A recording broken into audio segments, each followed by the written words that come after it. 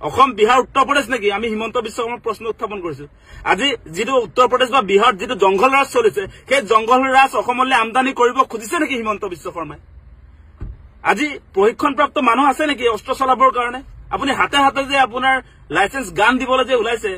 কালি অসম কেবিনেটৰ এটা সিদ্ধান্ত গ্ৰহণ কৰা হৈছে যে সংখ্যালঘু যিবিলাক অঞ্চল সেই অঞ্চলবিলাকত খিলঞ্জীয়া মানুহক হাতে হাতে অস্ত্ৰ তুলি দিব সেই ঘটনাটো আমি কোনো কাৰণতে আসলে সমৰ্থন কৰিব নোৱাৰো আপোনালোকে নিশ্চয় দেখিছে এতিয়া যদি আপোনাৰ পাব্লিকৰ হাতত অস্ত্ৰ তুলি দিয়া হয় পাব্লিকৰ যদি হাতত অস্ত্ৰ তুলি দিয়া হয় তেনেহলে আমাৰ এই পুলিচ প্ৰশাসন বিলাক লাগিব জানো পাব্লিকে যদি নিজৰ জীৱন নিৰাপত্তাটো নিজে যদি দিবলৈ তেতিয়াহলে পুলিচৰ কাম কি গতিকে এই মুহূৰ্তত আমাৰ স্পষ্ট কথা যে মুখ্যমন্ত্ৰী হিমন্ত বিশ্ব শৰ্মা ডাঙৰীয়া আপুনি পাব্লিকৰ হাতত যে অস্ত্ৰ তুলি দিয়াৰ সিদ্ধান্ত গ্ৰহণ কৰিছে সেইটো কোনো গণতান্ত্ৰিক মানুহে আসলে সমৰ্থন কৰিব নোৱাৰে নৈৰাজ্যবাদী কিছুমানে সমৰ্থন কৰিব পাৰে তাৰ মানে কিন্তু অসমৰ যে সৰহসংখ্যক মানুহে সমৰ্থন কৰিব সেইটো কোনো কাৰণতে আসলে ভাবিব নালাগে আৰু সেই কাৰণে আমি যোৱাকালি যি অসম কেবিনেটত সংখ্যালঘু অঞ্চলত খিলঞ্জীয়া মানুহক হাতে হাতে অস্ত্ৰ তুলি দিম বুলি অসম কেবিনেটে সিদ্ধান্ত গ্ৰহণ কৰিছে সেইটো আমি পুনচাতে নাকচ কৰিছো আৰু এই সিদ্ধান্ত বাতিল কৰিবৰ কাৰণে আমি দাবী উত্থাপন কৰিছো আৰু এটা কথা অতি স্পষ্ট যদি আপোনাৰ খিলঞ্জীয়া মানুহৰ প্ৰতি সংখ্যালঘু অঞ্চলত আক্ৰমণ চলিছে আগ্ৰাসন চলিছে সেই মানুহৰ যদি বিপদ হৈছে তাক ৰক্ষা কৰাৰ দায়িত্বটো অসম চৰকাৰে অসমৰ গৃহ বিভাগে অসমৰ পুলিচ প্ৰশাসনে ল'ব লাগে নে পাব্লিকে নিজে ল'ব লাগে যদিহে অসম চৰকাৰৰ কোনো ধৰণৰ কাম কাজ নাই পাব্লিকে যদি নিজৰ জীৱনৰ নিৰাপত্তা নিজে দিব লাগে তেনেহলে এই পুলিচ প্ৰশাসন ইয়াৰটো প্ৰয়োজন নাথাকিব পুলিচ প্ৰশাসনৰ কিবা প্ৰয়োজন থাকিব নেকি আপোনালোকে সেই কথাটো কওক আমি ভাবিছিলো কি যে সংখ্যালঘু অঞ্চলবিলাকত যদি আপোনাৰ এনেকুৱা ধৰণৰ আমাৰ খিলঞ্জীয়া মানুহৰ প্ৰতি যদি ভাবুকি আহিছে মানুহৰ জীৱনৰ প্ৰতি যদি ভাবুকি আহিছে সেই অঞ্চলবিলাকত আমি কৈছিলো যে পুলিচ ষ্টেচনৰ সংখ্যাটো বঢ়াই দিয়ক আউটপোষ্টৰ সংখ্যাটো বঢ়াই দিয়ক যাতে তাত কোনো ধৰণৰ আসলতে সংখ্যালঘু মানুহে আমাৰ খিলঞ্জীয়া মানুহবিলাকক আক্ৰমণ কৰিব নোৱাৰে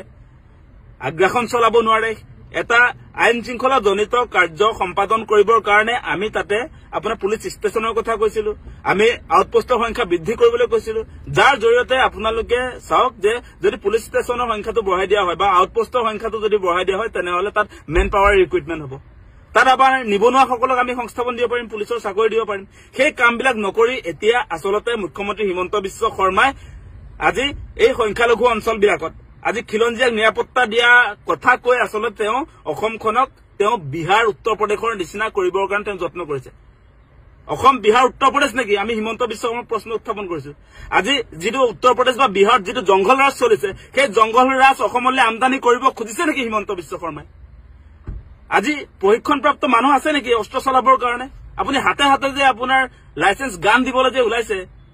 আপোনাৰ অস্ত্ৰ চলাবৰ কাৰণে যে মানুহক যে আপুনি আমাৰ খিলঞ্জীয়া মানুহক যে অস্ত্ৰ চলাবৰ কাৰণে অস্ত্ৰৰ আপুনি লাইসেন্স দিব যে খুজিছে সেইটো অত্যন্ত বিপদজনক কথা সেই কথা আমি কেতিয়াও নামানো সেইটো স্পষ্ট কৰি দিছো কোনো কাৰণতে অসমক বিহাৰ উত্তৰ প্ৰদেশৰ নিচিনা জংঘলৰাজ কৰিবলৈ আমি অনুমতি দিব নোৱাৰো সেই অনুমতি আমি কেতিয়াও দিব নোৱাৰো মুখ্যমন্ত্ৰী হিমন্ত বিশ্ব শৰ্মাক দেখিছো তেওঁ এফালে কব যে শান্তিৰ অসম তেওঁ মুখ্যমন্ত্ৰী হিচাপে দায়িত্ব লোৱাৰ পাছত কোনো ধৰণৰ হত্যা হিংসা অসমত নাইকিয়া হৈ গল এনেকুৱা ধৰণৰ ভাষণ দি থকা মানুহটোৱে এতিয়া আপোনাৰ সংখ্যালঘু অঞ্চলবিলাকত আমাৰ খিলঞ্জীয়া মানুহৰ হাতে হাতে অস্ত্ৰ তুলি দিব অস্ত্ৰৰ জনজননী চলাব আজি অসমত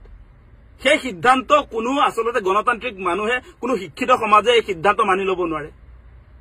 এনেকৈ আমাৰ থলুৱা খিলঞ্জীয়া মানুহক আসলতে হত্যা হিংসাৰ প্ৰতি এনেকুৱা ধৰণৰ কাম কাজৰ জৰিয়তে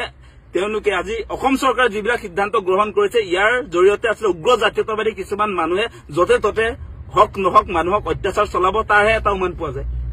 সেই কথাটো কেলে কৈছো আপোনালোকে নিশ্চয় দেখিছে কালি কেবিনেট সিদ্ধান্ত হোৱাৰ পাছত আমি লক্ষ্য কৰিছো একাংশ উগ্ৰ জাতীয়তাবাদী উগ্ৰ হিন্দুত্ববাদী কিছুমান মানুহে লাইসেন্স গান লাগে বুলি ক'বলৈ আৰম্ভ কৰে মানে দাদাগিৰি চলাবৰ কাৰণে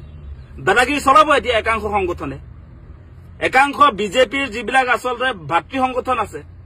যিবিলাক বিজেপিৰ আসলতে ভাতৃ সংগঠন আছে তেওঁলোকে এতিয়া লাইসেন্স এপ্লাই কৰিব গানৰ কাৰণে আৰ্মছৰ কাৰণে গতিকে এই কাৰ্যসূচীৰ জৰিয়তে যে অসমত এটা অৰাজক পৰিস্থিতি যে সৃষ্টি হ'ব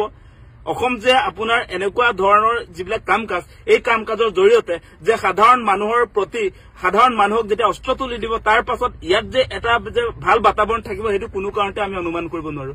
আৰু কোনো জনা বুজা মানুহে এনেকুৱা কাৰ্যসূচী মানে পাব্লিকৰ হাতত আপোনাৰ আৰ্মছ তুলি দিয়া কাৰ্যসূচী কোনো জনা শুনা মানুহে সমৰ্থন নকৰে গতিকে ইয়াক অতি শীঘ্ৰে বাতিল কৰক সেই দাবী আমি উত্থাপন কৰিছো